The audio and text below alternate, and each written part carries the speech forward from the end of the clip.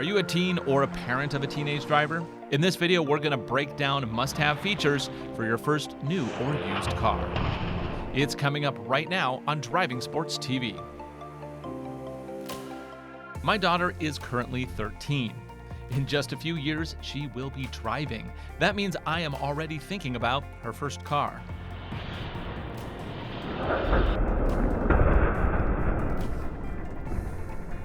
My first inclination is to give my daughter my wife's 2004 Mazda 3. You see, it's my wife's turn to get the next new car, and this one has served us well. It's been maintained, and it actually drives pretty good. But is it really the best choice? You see, there have been so many improvements in safety technology in just the past few years. By making the easy choice, I might actually be exposing my daughter to greater risk of injury and accident. And who wants that? Rear auto braking, lane detection, blind spot warnings, and adaptive cruise control are all relatively recent advancements that improve the safety of even experienced drivers. But the most important new feature for a teen driver is forward collision mitigation with auto emergency braking. This system uses cameras, lasers, or radar to detect imminent impact with other vehicles. If the driver doesn't respond quickly enough, the vehicle automatically applies brakes to reduce damage or avoid the collision altogether. These things actually prevent accidents. A 2019 report from the IIHS shows that auto emergency braking accounted for a 56% reduction in front-to-rear crashes that resulted in injuries, and rear auto braking reduced backup collisions by 78%. That's huge for a feature that was rare to non-existent until just recently. The insurance companies have also taken notice of this, and in many cases will give discounts for cars equipped with such systems. If you go back 8 years, auto emergency braking was only available as an option in high-end BMW, Mercedes, Audi, and Acura models. A few years later, it started to pop up in the more expensive Ford and GM models. By 2019, it was either standard or optional on many new cars. But keep in mind, not all collision mitigation systems are the same, but all of them do have some safety benefit. Some only work at low speeds, some support freeway speeds. More advanced systems can detect humans and animals even at night in total darkness. But if you do get a vehicle with such a system, just be sure to understand its limitations. Yeah, the old family 2004 Mazda 3, it's got airbags and front and rear disc brakes. That's basically it. Of course, I did pay $16,500 for it way back when George W. Bush was still in his first term. May God bless our country. Yeah, we've had this car a really long time. But hey, it's only got 90,000 miles on it and it runs great. But just because this Mazda doesn't have all the latest safety tech doesn't mean you can't find a used car that does.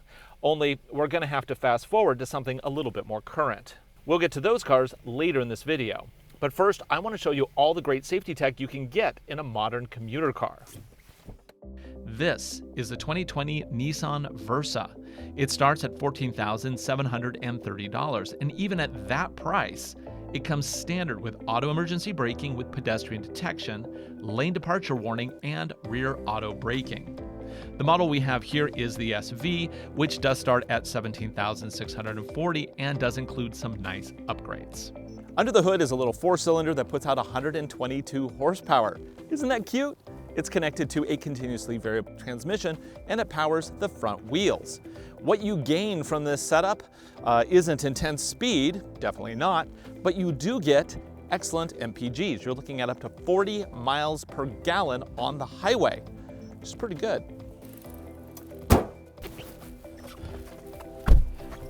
You know, this is surprisingly nice. I like this soft touch right here. That's pretty cool.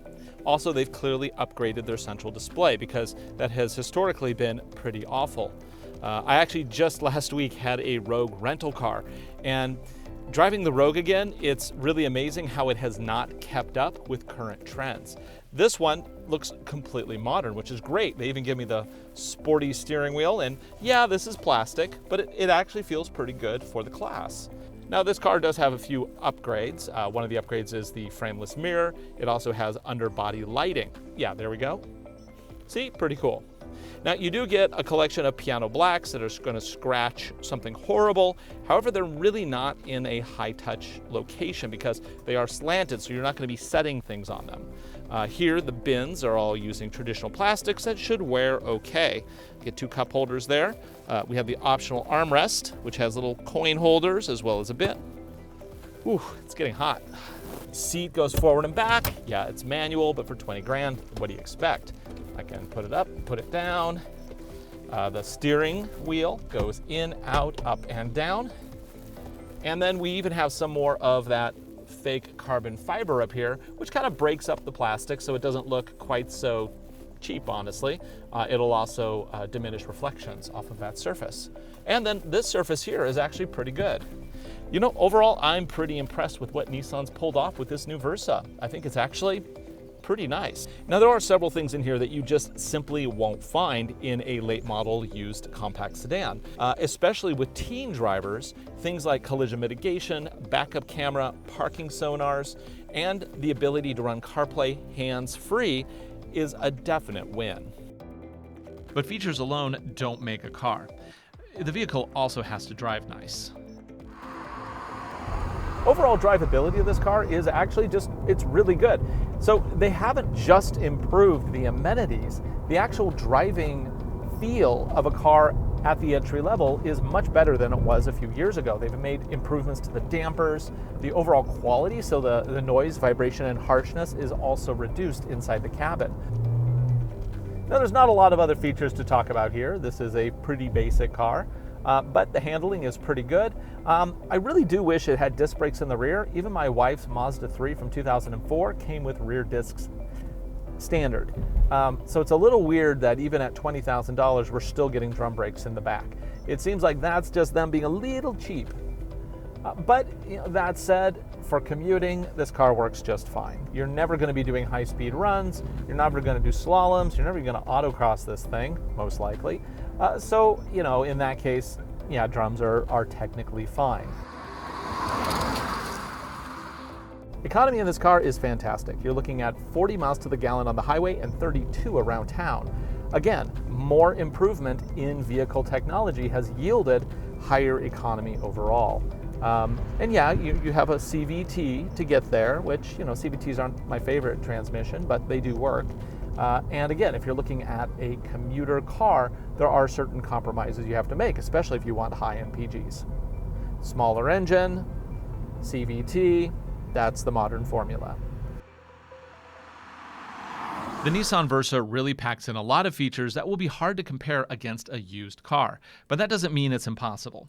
Here are a few late model used cars that either offer auto emergency braking as an option or came with it standard. On the 2016 Honda Civic, the Honda Sense safety system with collision mitigation was a popular option. That said, you are going to spend at least $15,000 for a good specimen, or more than $20,000 for a touring with all the bells and whistles. Hondas do hold their value quite well, so you will spend more, but you will also get a solid car that is comfortable, drives well, and should last until they can hand it down to their own kids. But even if you do score a deal, you will still probably spend more than the base trim 2020 Nissan Versa. The 2017 Toyota Corolla sedan was the first model year to introduce lane departure warnings and front auto emergency braking as standard equipment. Before that, it wasn't even an option. The upside is that Corollas are relatively cheap on the used market, with high mileage models going for as low as $10,000. I just looked it up. Of course, loaded low-mile models do go for a lot more, up to $19,000 with a dealer warranty. One used car you might not have considered is the second-generation Chevy Volt. It's essentially a plug-in hybrid that offered an optional collision mitigation system starting in the 2016 model year. This is an often underrated four-door hatchback that can run exclusively on electric power, or tap the petrol tanks for extended road trips. Look for a used model with the optional driver confidence package to get emergency braking, lane departure warning, and rear cross-traffic alerts. If you shop around, you can find a loaded one in the high teens or low $20,000 range. Of course, at this point, the batteries probably won't be operating at 100%, but even if they're at 80%, that's still about 30 miles of all-electric range. If you are shopping for used, just be ready to accept that many late model used cars didn't yet support Apple CarPlay or Android Auto. But that's not the end of the world. For most teen or even adult drivers, Bluetooth connectivity is basic but fine. It allows you to stream music as well as make calls without fumbling with your mobile. If you go back so far as even a 2010 model year car, Bluetooth was pretty common, but still not guaranteed. Another feature that is useful but not always available on an older car is a rear-view camera. This wasn't required equipment by the federal government until 2018. Before that, manufacturers used it to lure buyers into spendy option packages or trim levels. Bottom line, if you do shop around for used, be sure to verify the exact features of the car. It's not safe to assume anything that isn't federally mandated. If you want all the safety stuff in an attractive package, the 2020 Versa really starts to make sense. And since it's new, you might score better financing versus used. Remember that even the base model Versa is only $14,730, and that includes all the safety stuff you really want. The extras in the more expensive SV trim are really just icing. For a few dollars more, you can also pick up the new Hyundai Venue. This is an attractive front-wheel drive crossover that comes with auto emergency braking and an 8-inch touchscreen with Android Auto and Apple CarPlay, all standard. It starts at $18,345, including destination for a 6-speed manual. Add $1,200 for an automatic variable transmission.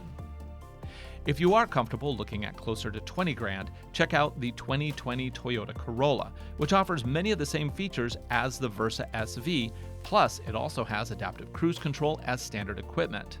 It also comes with more power, but slightly less fuel economy, and it starts at $20,555, including destination. Of course, it will be as reliable as the day is long, and yes, even base trims now have rear disc brakes. For buyers wanting an all-wheel drive option, the 2020 Subaru Impreza now comes with the excellent EyeSight collision system standard on all CVT-equipped models. That also comes standard with Android Auto, CarPlay, a backup camera, lane detection, and adaptive cruise control for $20,895, including destination. Of course, fuel economy does take a small hit over the Versa, but it's still decent at 36 miles to the gallon on the highway. If your kid is a winter sports enthusiast, this is the best choice for a new teen driver.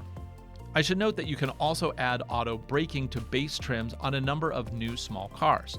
The Volkswagen Jetta and Kia Rio are good examples. Also, in the coming years after this video is published, auto braking will be more common on new models as makers are aiming to be compliant with a new EU law requiring that the technology be on all new vehicles by 2022. Of course, there is nothing wrong with not being able to afford something new or even a late model used car for your teen. I know my parents wanted the best for me, and the best they could do when I was a teen was to sell me the family hand-me-down 1978 Honda Civic for dirt cheap. If you do pass down an existing family car, make sure that the vehicle has had a complete service checkup before you hand over the keys. Also, pay special attention to the state of the tires. Old or worn treads can endanger even the most attentive and experienced drivers. For Driving Sports TV, I'm Ryan Douthit. Thanks for watching. What do you think is the best car for a teen driver? Post a comment below. Also, take a moment to subscribe. We have a lot of great stuff coming up that you won't want to miss. We'll see you next time.